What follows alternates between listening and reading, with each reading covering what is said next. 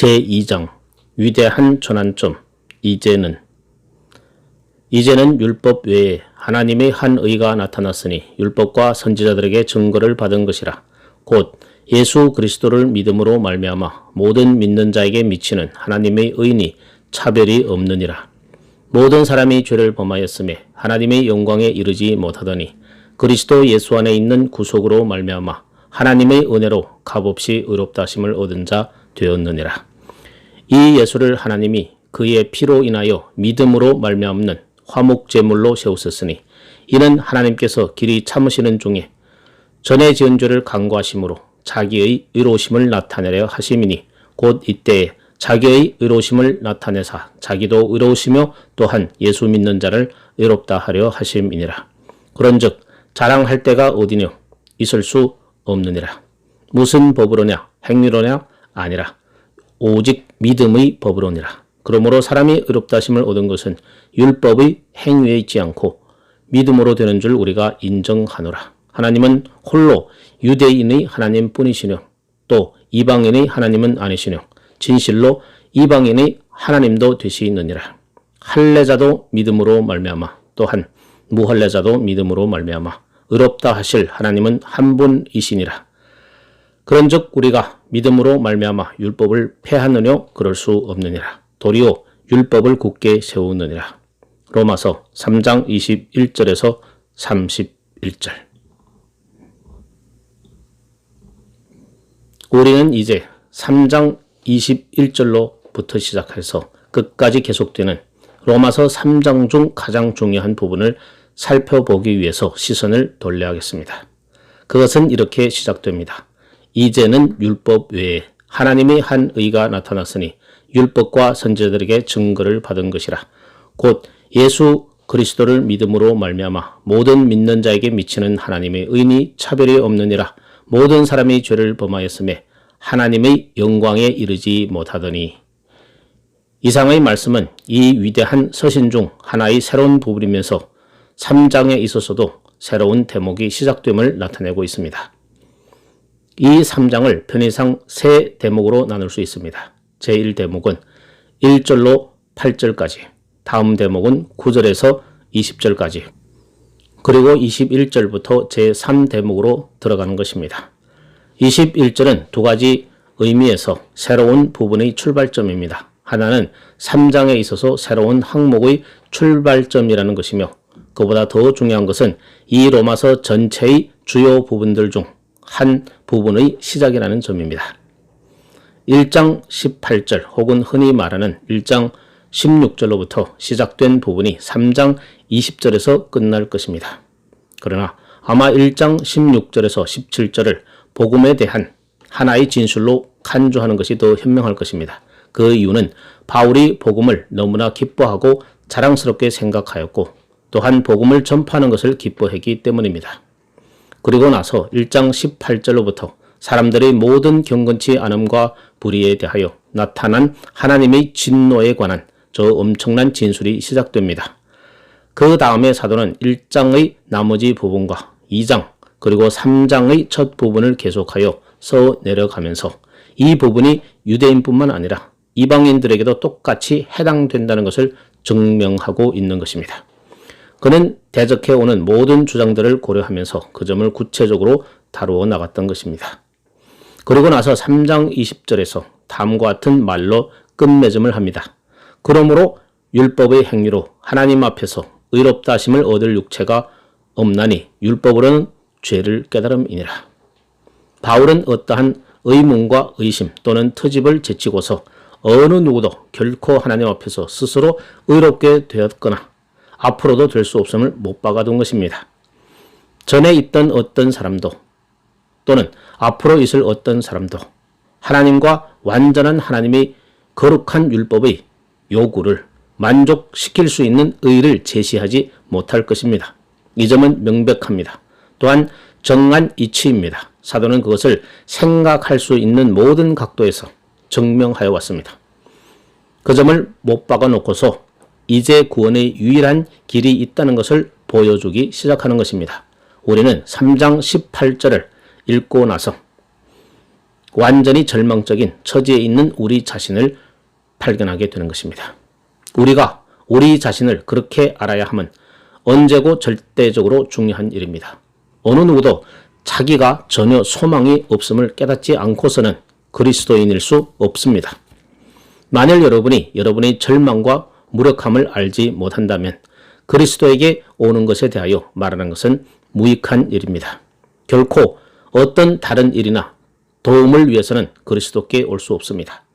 그리스도께 나아갈 오직 유일한 이유가 있으니 그것은 어떤 육체라도 하나님 보시기에 율법에 의해 의롭다함을 받을 수 없다는 것을 깨닫는 것입니다.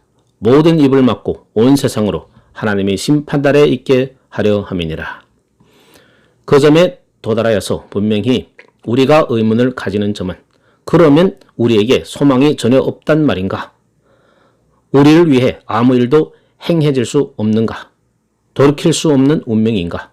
사도는 바로 그 대답을 하려고 하는 것입니다.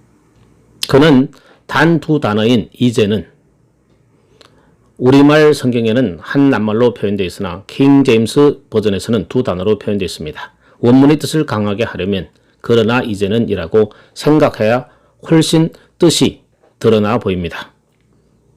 그는 단 두 단어인 이제는 이란 말로서 시작하는 것입니다. 그러나 이제는 이란 두 마디 말보다 성경 전체에 나타난 말 중에서 더 놀라운 말은 없습니다.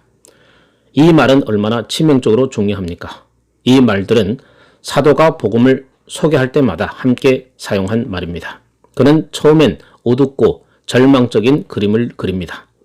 이것은 바울 사도의 기법일 뿐만 아니라 다른 사람에게도 마찬가지입니다. 그러나 그것은 특별히 바울 사도의 말투이며 그의 특별한 문체에 속합니다.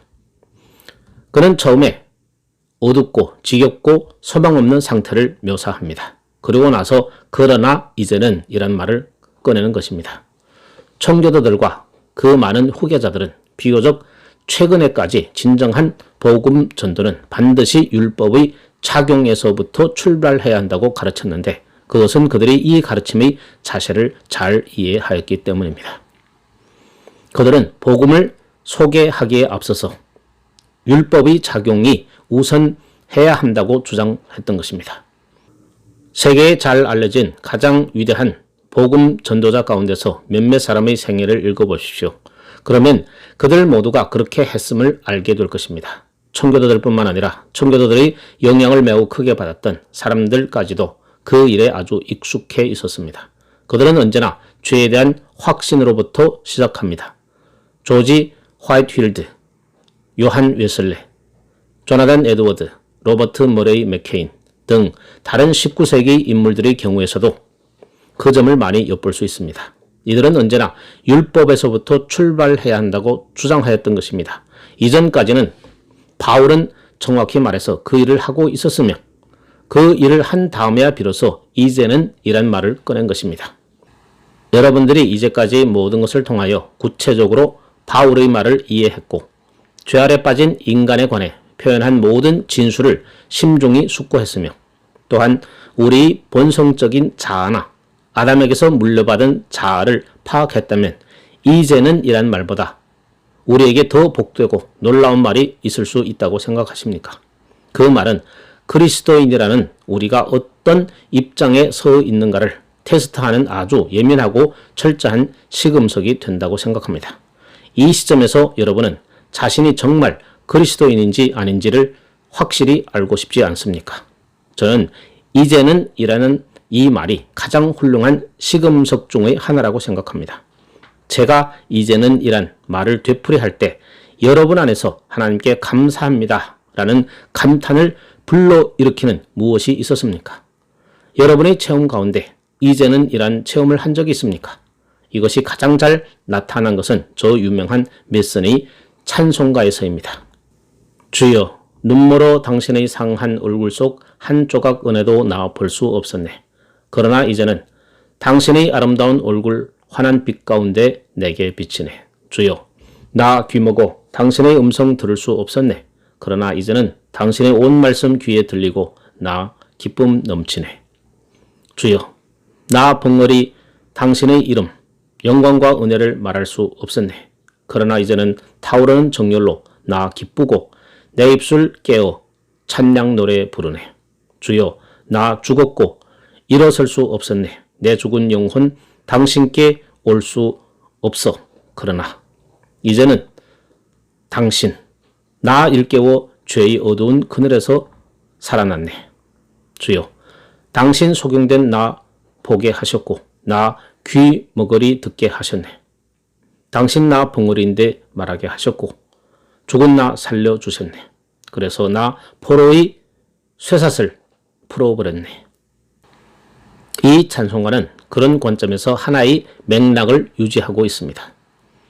마지막 절을 제외하고는 각 절마다 넷째 줄에 그러나 이제는 이라는 말이 들어있다는 것을 주목하실 것입니다. 찬송가 작가는 그것을 계속 말하고 있습니다. 그는 자기의 죽은 영혼을 일으켜 세워 죽게 나올 수 있게 하지 못했던 것입니다. 그러나 이제는 모든 것이 변했습니다. 왜? 복음이 그에게 왔기 때문입니다. 그는 죽었었습니다.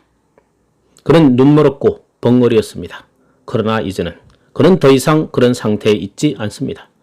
이 말은 우리에게 양면성을 가지고 다가옵니다. 그것은 복음의 서두일 뿐만 아니라 동시에 우리를 시험하는 말로 다가옵니다. 제게는 이 점이 아주 중요하게 보이기 때문에 그냥 지나칠 수가 없습니다. 우리의 체험을 가늠해 보기로 합시다. 당신에게 마귀가 와서 대들면서 네 마음속에 아직도 존재하는 것이나 행하고 있는 것, 전에 행한 짓을 보니 너는 그리스도인이 아니라고 비난하며 당신을 저주할 때 그때 당신은 마귀에게 뭐라고 대꾸합니까? 마귀의 말이 옳다고 머리를 끄덕입니까? 아니면 내 말이 옳다. 그러나 이제는 이라고 말합니까? 당신은 마귀에 대항하여 이 말들로 대적합니까? 혹은 당신이 성경, 즉 구약의 율법이나 산상설교를 읽음으로 정죄감을 느낀다든지 파멸의식이 들 때 당신은 절망에 빠져 땅바닥에 주저앉아 버리지 않습니까? 아니면 머리를 쳐들고 그러나 이제는 이라고 말합니까? 그것은 그리스도인이 취해야 하는 입장의 진수입니다. 이것은 율법의 저주와 양심의 가책, 그 외에 우리를 저주하고 짓누르는 어떤 것에 대해서도 대처하는 신앙의 답변 태도입니다. 이 말은 그러나 이제는 이 말은 아주 경이로운 말입니다. 그리고 우리가 그 말을 견지해야 함과 그 말의 엄청난 중요성과 참된 의미를 깨달아야 함은 말할 수 없이 중요한 일입니다. 어떤 면에서는 신앙이란 진실로 일종의 저항이라고 말할 수 있습니다. 모든 일들이 우리를 대적하는 것 같습니다. 단도직입적으로 묻습니다. 당신은 신앙인입니까? 아닙니까? 그것은 대단히 중대한 질문입니다. 그 질문에 대한 당신의 답변은 당신이 어떤 사람인가를 단적으로 표명해 줍니다. 당신을 대적하는 모든 말을 듣고도 또한 가장 가혹한 환경에서라도 그러나 이제는 이라고 말합니까? 그것은 신앙의 싸움을 나타내는 하나의 단면도입니다. 나는 그리스도인이니 사탄의 공략이나 의심의 공격을 받지 아니할 거라고는 상상치 마시기 바랍니다. 그것들은 분명히 오고야 맙니다. 그러나 믿음의 모든 비결은 그 모든 것들을 대항하여 이 두 마디 그러나 이제는 말로 대처하여 일어서는 능력에 있습니다. 우리는 보이는 대로 사는 것이 아니라 믿음으로 살아가는 것입니다. 브라우닝이 믿음에 관해 말한 것이 어느 의미에서는 진리입니다. 그것이 신앙에 관한 전체적인 진술은 아니라 할지라도 다음과 같은 면에서는 취할 점이 있습니다. 나에게 있어서 믿음은 끊임없이 일어나는 불신앙을 잠잠케 하는 방편이다. 그는 마치 미가엘 천사가 뱀의 머리를 발로 누르고 서 있는 것 같은 상태를 묘사합니다. 뱀은 미가엘 천사를 물려고 발부둥을 치고 있습니다. 그러나 미가엘이 뱀의 목을 꽉 조이고 있는 한 뱀은 미가엘을 해칠 수 없습니다. 이처럼 신앙도 의심과 불신앙, 부인, 이 모든 꿈틀거림을 그 정수리서부터 밟고 있으며 모든 참소에 대하여는 그러나 이제는 이라고 대처하여 말하는 것입니다. 저 마틴 루터가 믿음으로만 의롭다 하심을 얻는 진리를 깨달은 바로 그 순간부터 계속 그치지 않고 말했던 사실이 그와 같은 경우라고 생각하고 있습니다. 그 점은 참으로 루터의 위대한 설교와 가르침의 전반적인 추세였습니다. 그것은 정확히 말해서 믿음이 행한 것이었습니다. 믿음은 일종의 저항이요. 우리를 대적하는 세상과 지옥에서 나오는 모든 말에도 불구하고 우리를 굳건히 서게 하는 지주입니다. 그리스도 예수 안에 있는 나의 새로운 신분으로 말미암아 영원토록 아무도 나를 정죄할 수 없습니다. 나는 이제는 더 이상 저주 아래 있지 않다. 전에는 내가 거기에 있었으나 이제는 더 이상 거기에 머물러 있지 않다고 우리는 외칩니다. 저는 단 하나의 질문을 던지고 이 문제를 끝내려고 합니다. 여러분은 믿음으로 서 있다는 것이 무슨 뜻인지 아십니까? 그러나 만일 여러분이 스스로 그리스도인이 될 수 있다거나 더 훌륭한 생활이나 이것저것을 행함으로써 하나님 앞에서 여러분이 위치를 지킬 수 있다고 생각을 계속 고수하고 있다면 다음으로 넘어가는 것은 전혀 소용없는 일입니다. 무드셀라처럼 오래 살아 100만 년이나 살 수 있다고 해도 그것은 아무 상관도 없고 그것으로 하나님 앞에서 자기의 옳음을 나타낼 수 없음이 여러분에게 분명해졌느냐 말입니다.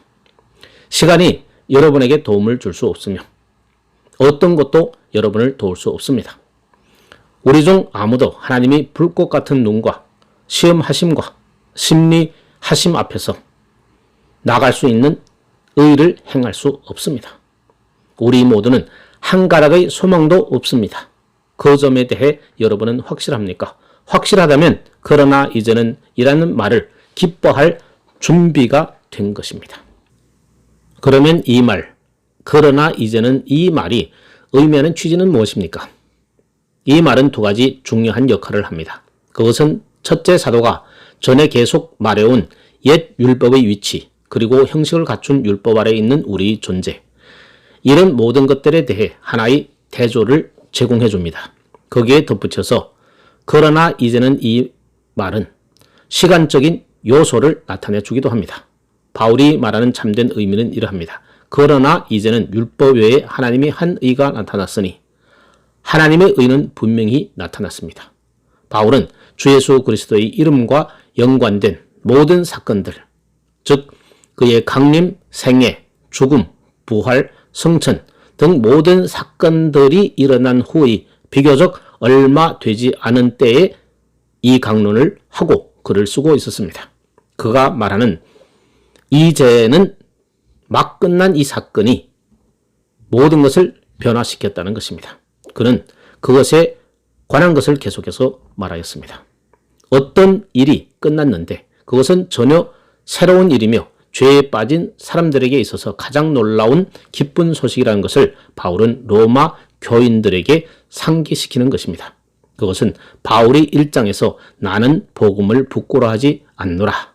복음은 모든 믿는 자들에게 구원을 주시는 하나님의 능력임이라. 복음에는 하나님의 의가 나타나서 믿음으로 믿음에 이르게 하나니 기록된 바 오직 의는 믿음으로 말미암아 살리라. 1장 16절 17절. 그 이유입니다.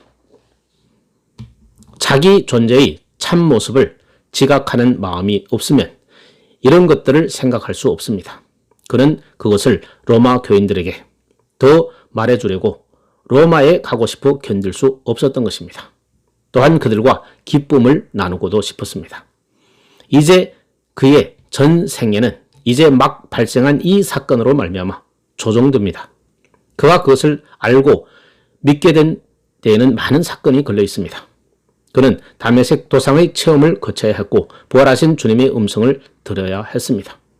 그러나 그가 일단 주님을 보고 주님에 관한 진리를 깨달은 후에는 모든 것이 무와 같이 되어버렸습니다.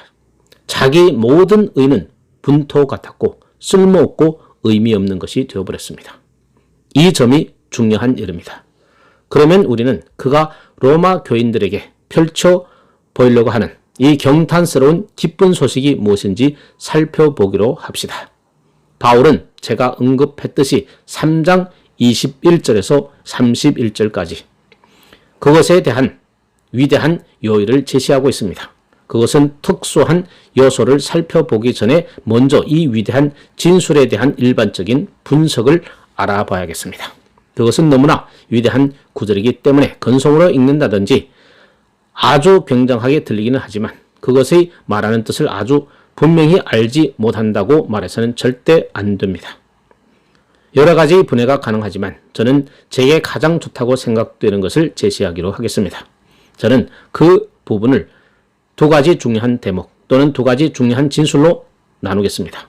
21절로 24절까지 구원받는 길에 대해서 25절로 끝절까지는 그 구원의 길에 대한 특성을 말해주고 있습니다.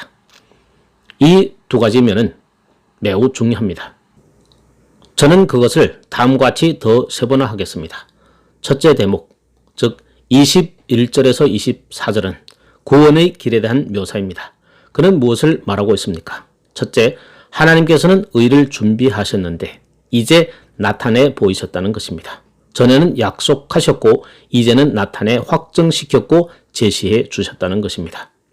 둘째, 이 하나님의 의가 우리의 것이 되는데 그것은 우리의 율법의 행위나 율법을 따른 결과가 아니고 단지 전적인 믿음을 통해서만 된다는 것입니다.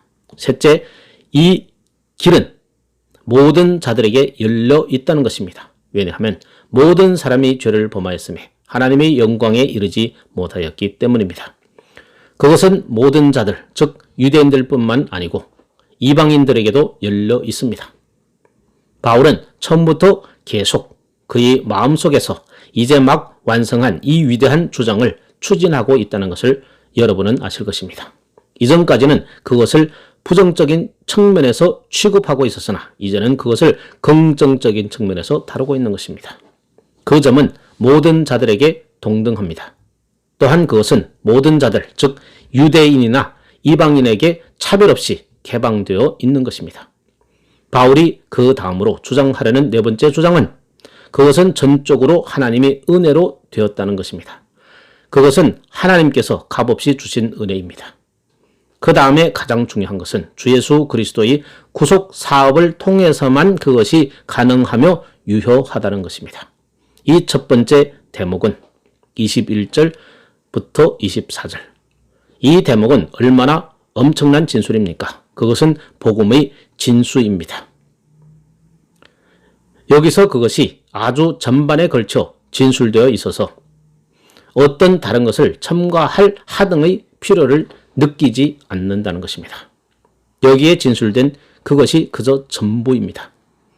우리는 뒤에 가서 그 점을 다시 자세히 살펴볼 것입니다. 그러면 두 번째 대목, 즉 이 위대한 구속의 특징에 대한 진술을 분석해 보기로 하겠습니다. 25절에서 31절까지의 부분인데 첫 번째 문제는 이 구속의 길이 하나님의 성품과 일치하다는 것입니다. 25절부터 26절까지 여기에 해당됩니다. 둘째로 이 길은 모든 영광을 하나님께 돌리는 길이라는 것입니다. 사람에게 돌릴 것이 하나도 없다는 것입니다. 27절과 28절이 여기에 해당합니다.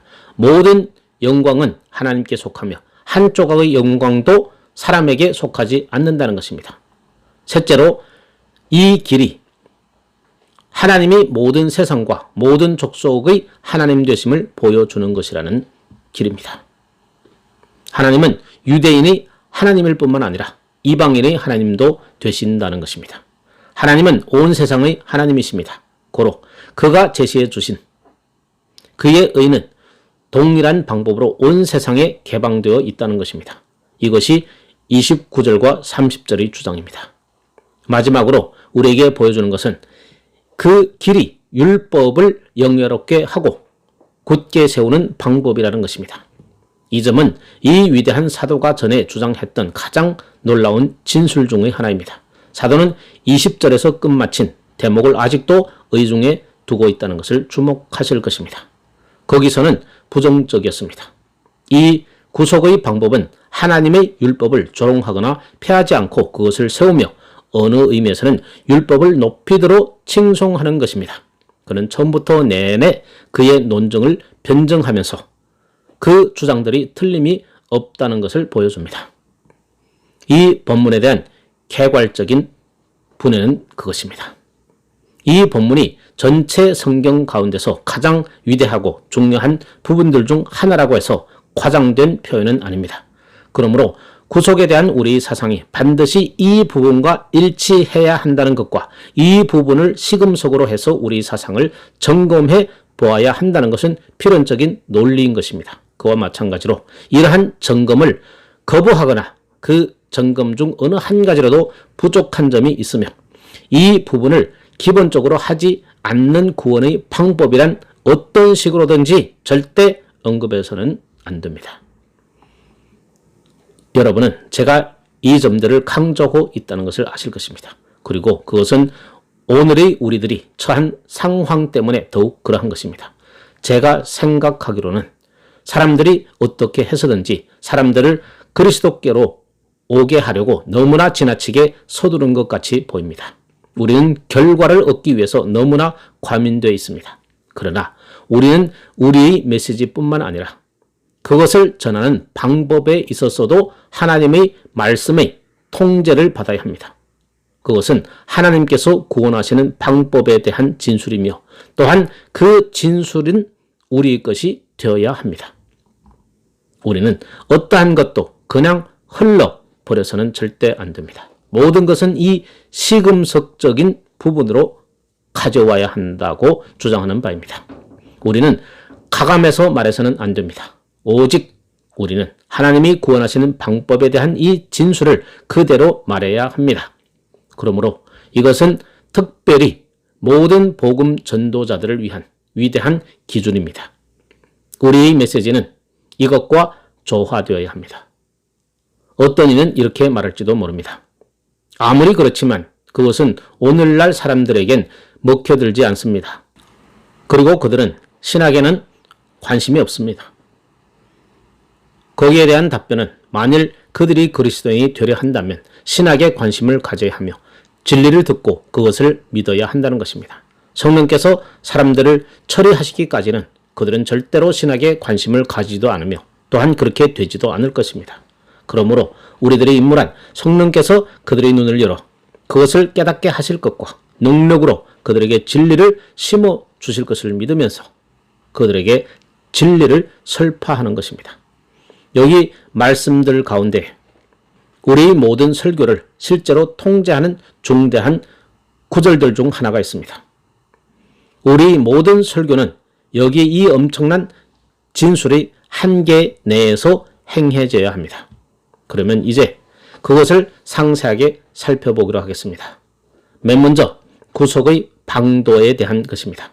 저는 여러분들이 바울 사도의 서신을 읽으면서 제가 느끼는 것처럼 느끼는지 어떤지 잘 모릅니다. 이를 해나가는 바울 사도의 사람됨과 그의 방식은 갈수록 저를 매혹시킵니다. 그리고 저는 그가 이 위대한 부분, 즉 이 위대한 진술을 서술하는 방법에 대해서 말할 수 없는 흥미를 갖습니다. 그의 방식은 로마서의 맨 서두에서 했던 말을 거의 다 한마디 한마디 되씹는 것입니다. 1장 1절과 2절에서 예수 그리스도의 종 바울은 사도로 부르심을 받아 하나님의 복음을 위하여 택정함을 입었으니 이 복음은 하나님의 선지자들로 말미암아 그의 아들에 관하여 성경에 미리 약속하신 것이라 육신으로는 다윗의 혈통에서 나셨고 등등입니다. 그것은 거의 정확히 한 번씩 반복됩니다. 그리고 그런 식으로 16절과 17절에서 말한 것을 실제로 한 번 더 뒤에 가서 언급하고 있는 것입니다.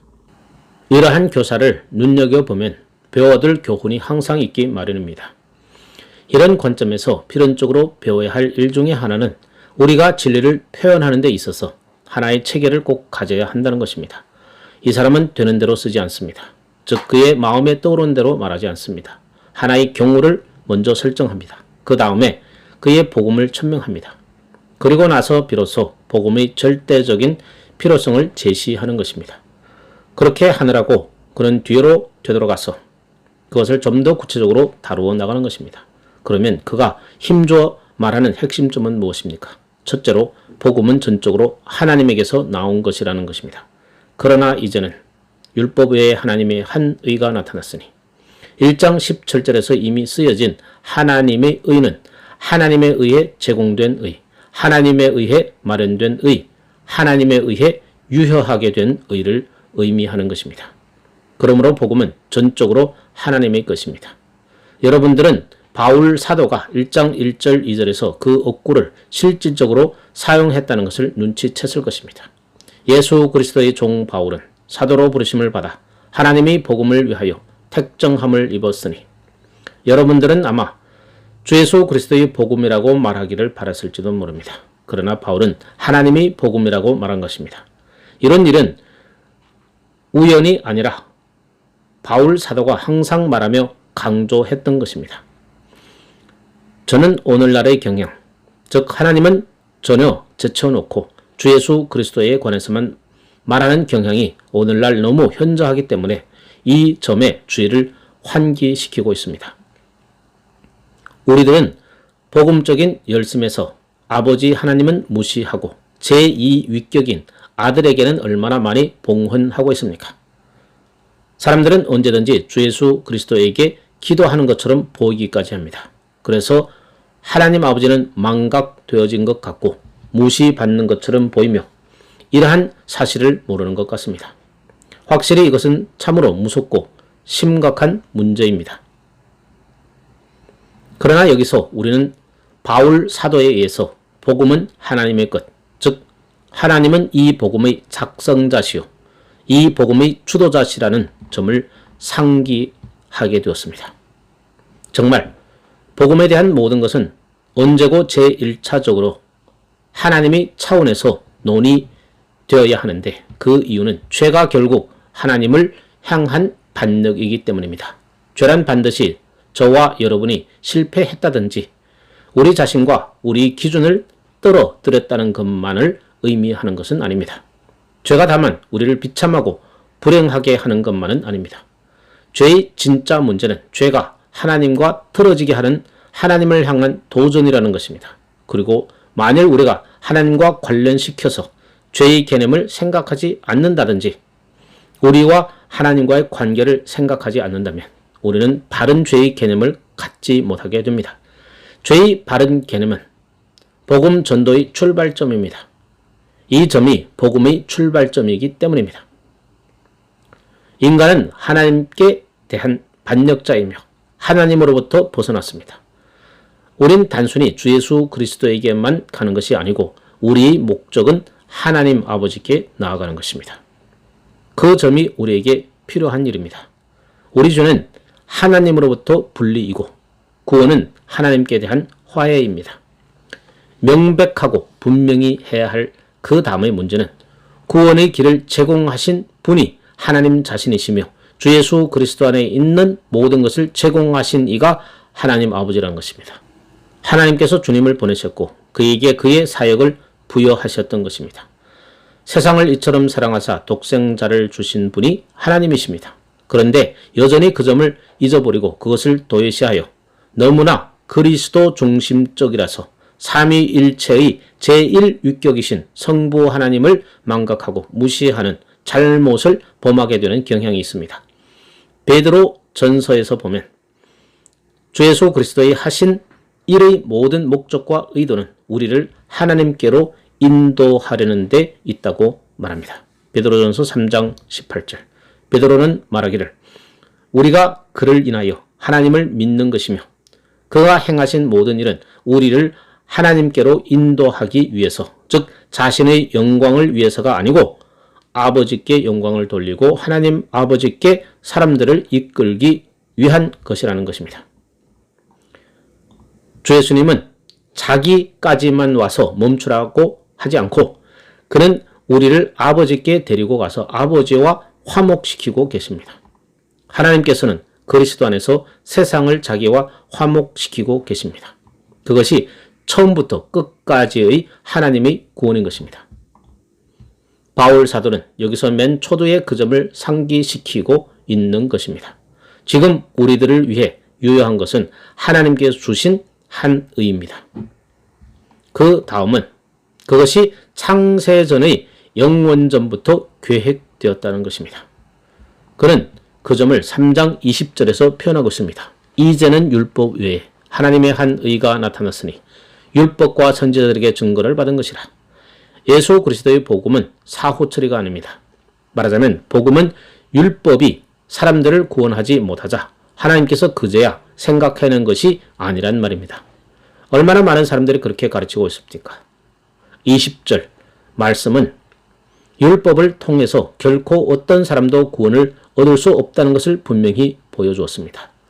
율법으로는 죄를 깨달음이니라. 율법이 사람을 구원할 첫 번째 기회로 주어졌다든지 율법이 실패함을 보고 그제야 하나님께서 복음을 생각하셨다고 말하는 것은 완전히 그릇된 것입니다. 복음은 창세전에 작정되었습니다. 그 이유인즉 하나님께서 창세전에 율법과 선지자들을 통해서 복음을 나타낼 수 있을 것을 작정하셨기 때문입니다. 그 이유로 구약 가운데 복음에 대한 예언들이 있으며 그것은 그대로 이루어졌기 때문입니다. 율법 가운데 복음이 있는 것입니다. 선지서들 가운데서도 복음이 있습니다. 사도 바울은 율법과 선지자들에게 증거를 얻은 것이라고 말했던 것입니다. 바울 사도가 뜻하는 바는 무엇입니까? 여기서 율법이란 분명히 모세 오경을 가르치고 있습니다. 저는 모든 증거를 들지는 않겠습니다. 그것은 너무나 시간이 많이 걸리기 때문입니다.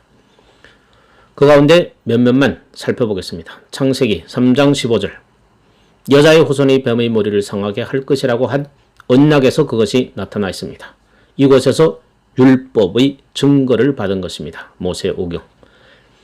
어떤 사람들은 가인과 아벨의 사건 중에서 그것을 발견하노라고 말합니다. 특별히 아벨의 제사를 연락하셨던 가운데서 말입니다.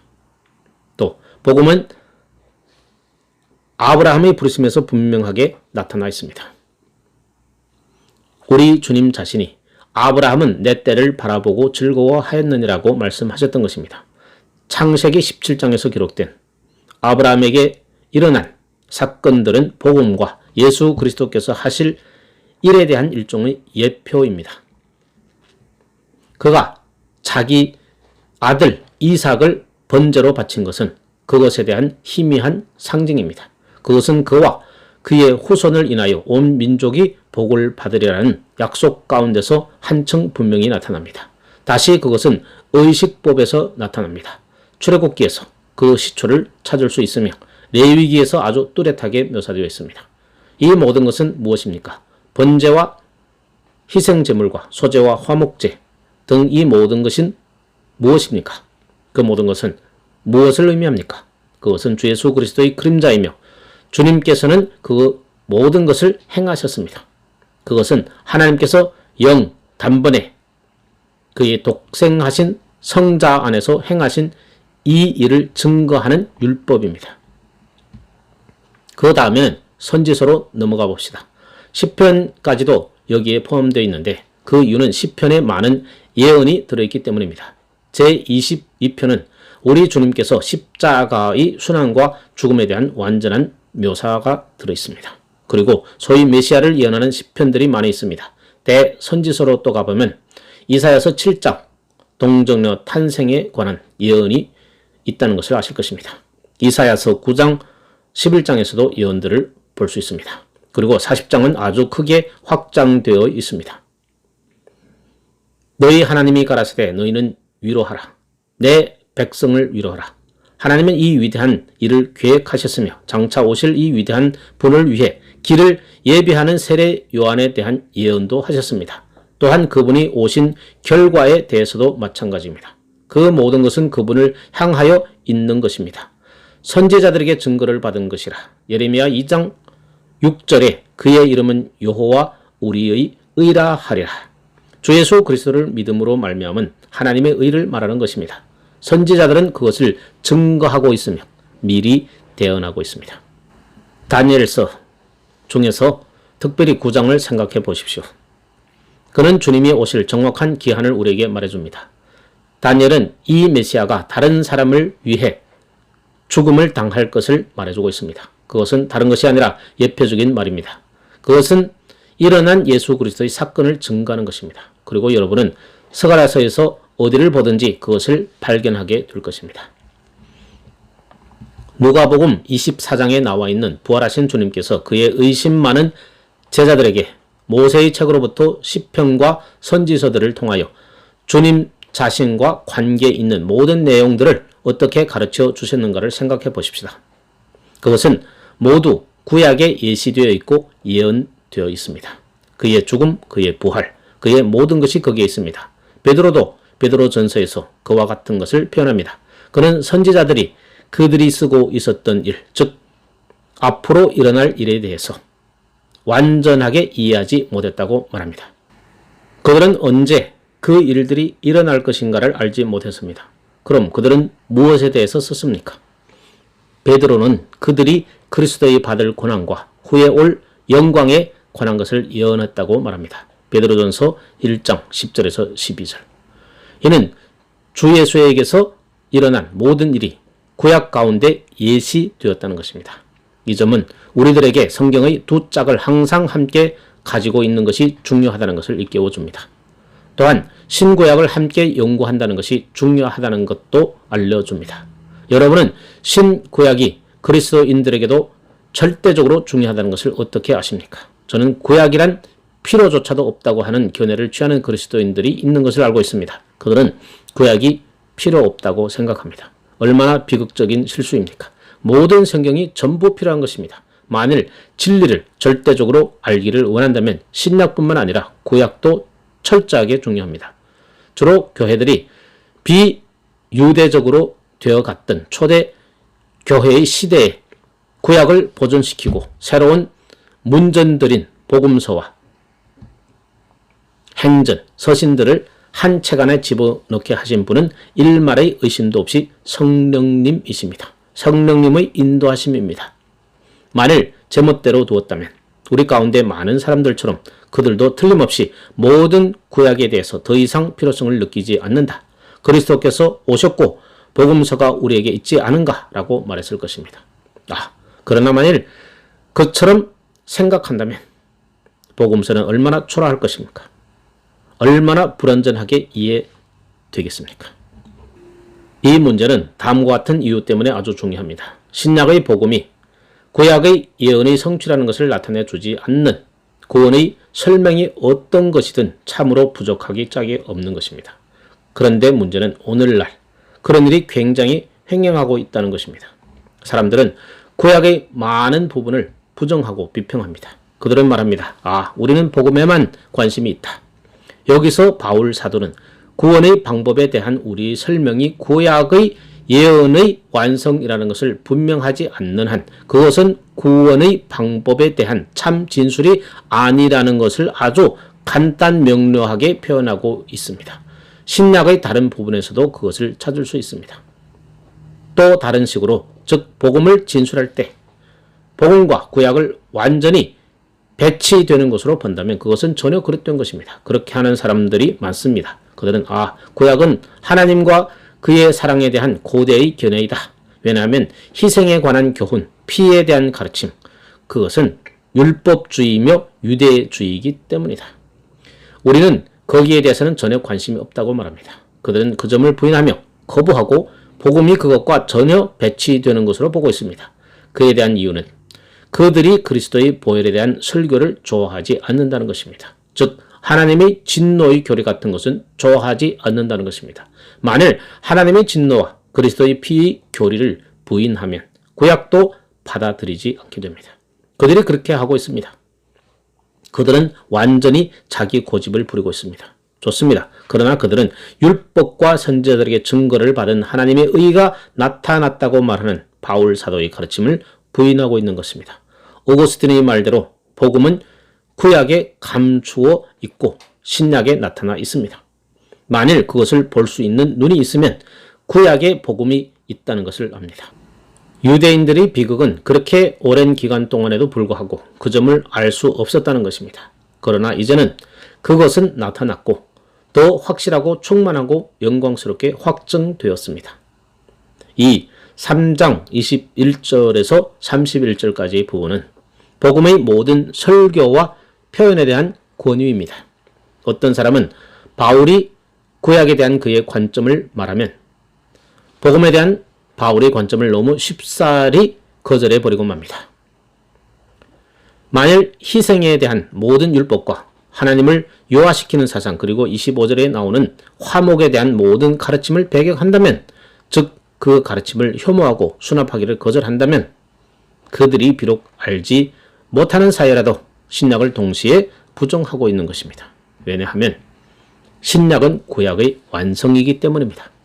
구약에서 예언된 것은 이제 실제적으로 실현되었습니다. 그리고 그것은 우리 앞에 완전히 열려 있습니다. 여러분들은 신약과 구약 사이에 쐐기를 박아 틈을 낼 수 없습니다. 초대 교회로 하여금 구약과 그들의 새로운 문전인 신약을 한데 묶게 하신 이는 성령님이십니다. 만일 여러분이 기억할 것 꼭 한 가지가 있다면 그것은 율법은 우리를 그리스도께 데려다주는 몽학 선생이라는 것입니다. 율법은 한 가지로 우리의 절실하게 필요한 것이 무엇인가를 보여주며 주님이 오실 것을 예표해 줍니다. 율법은 얼마나 철저한 몽학 선생님입니까? 율법은 아주 중요한 두 가지 일을 하는데 그것은 죄를 선고하고 구원의 길을 지적하는 일입니다. 율법의 사역을 도외시한 어떠한 구원에 대한 견해도 참으로 부족할 뿐입니다.